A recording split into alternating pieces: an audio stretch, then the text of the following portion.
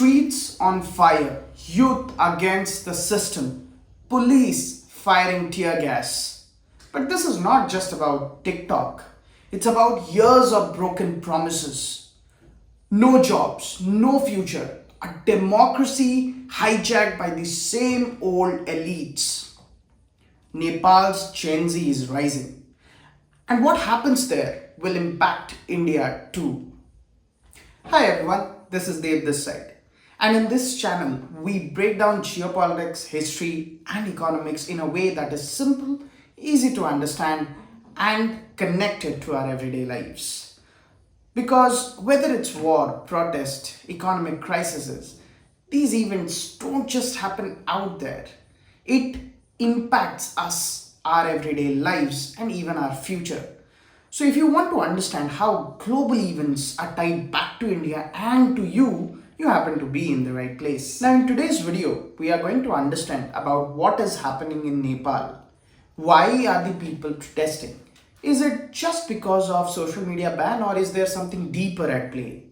How is Nepal's youth shaping their politics? And why is it going to impact, or how is it going to impact India and our very day lives? So without a further ado, let's understand all of this in this episode of Dev This Side.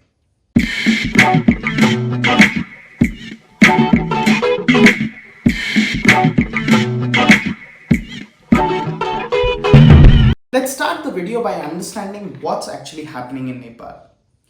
In the last few days, protests have erupted across Nepal.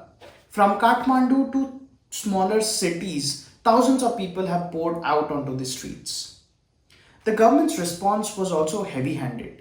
Police firing tear gas, bait and charging crowds, and in some places, these clash turned violent, even deadly. There are reports of around 19 people dead in this clash. But all these happened because government of Nepal banned social media apps.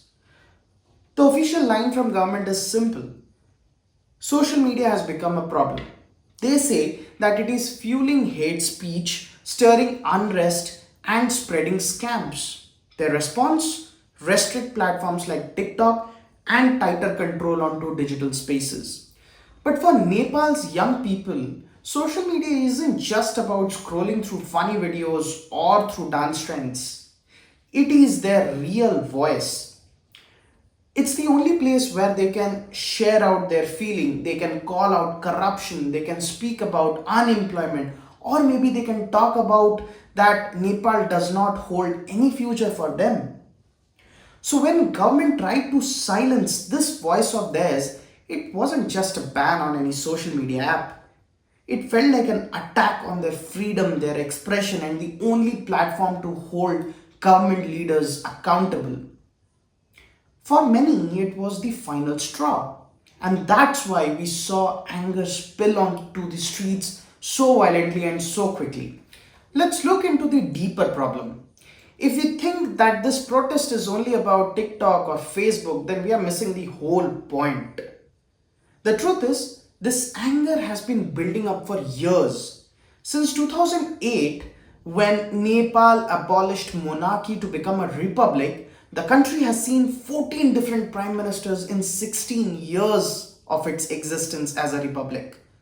Think about that. One prime minister every year, almost a new government every year. Political parties keep breaking apart, reshuffling, forming alliances, collapsing. Yet despite all this change, one thing kept constant: the same old faces. The same leaders who have been in power for almost decades still had the center stage. This endless cycle of instability has left the economy weak. Jobs are scarce. Young people do not find opportunities at home, so millions migrate abroad just to survive.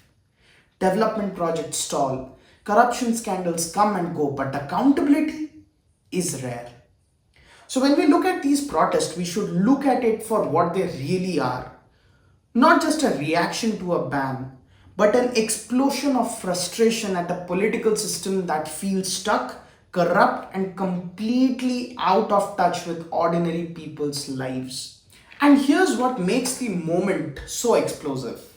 Nepal is a very young country. The median age is just 24, which means half of the population lies below that age.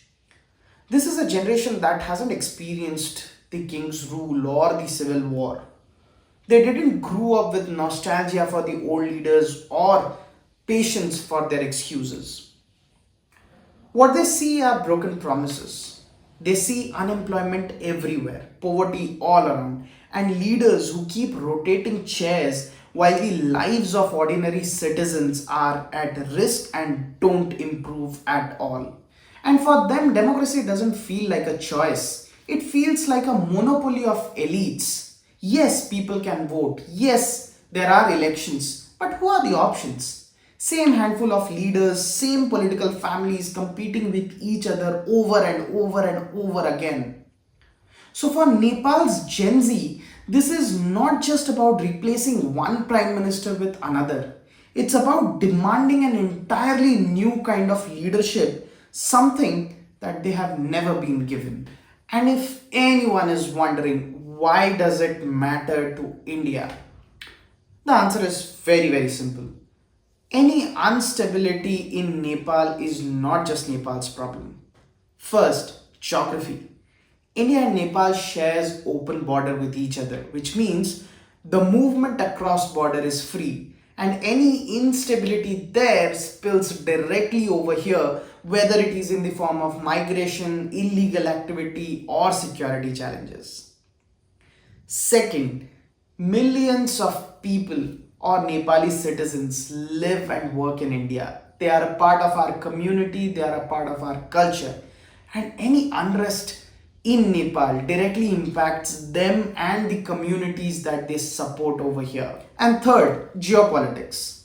Nepal sits right between India and China. Whenever there is a political instability or instability in general in Nepal, it gives an opportunity for China to step in, either in the form of infrastructural project, loans, or political influence. And that weakens India's position in the region. So, whatever is happening in Kathmandu doesn't stays in Kathmandu. It has ripple effect and it has and it can spread across our border right into our economy, right into our security and defenses. So, whatever is happening with Nepal, every Indian should be paying attention to everyday problems there. To sum it up, social media ban was just the spark. The fire has been burning for years. Political instability, corruption, and neglect. Nepal's youth, which makes up half of its population or majority of its population, are saying enough is enough and they are rising.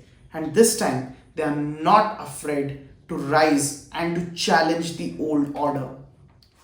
For India, this is a reminder that our neighborhood is fragile. And if we don't pay attention to what is happening around us, we may just be caught off guard with the consequences. So, the real question are these: how long can Nepal's young population tolerate being ignored? How long can democracy survive if it's offering the same old leaders again and again? And if Nepal falls deeper into instability, can India really afford to sit quietly and watch? As Shimron Peres once said, the old guard may win the elections, but unless they have a solution to poverty, corruption, and oppression, they will not last. I am with the young people. So, guys, that's it for today. I hope you enjoyed the content. And if you found value in this one, don't forget to subscribe because we are going to break geopolitics down in such a way that makes sense for all of us. See you soon in the next one. Till then, stay happy, stay diplomatic. This is Dev the Side signing off. Peace.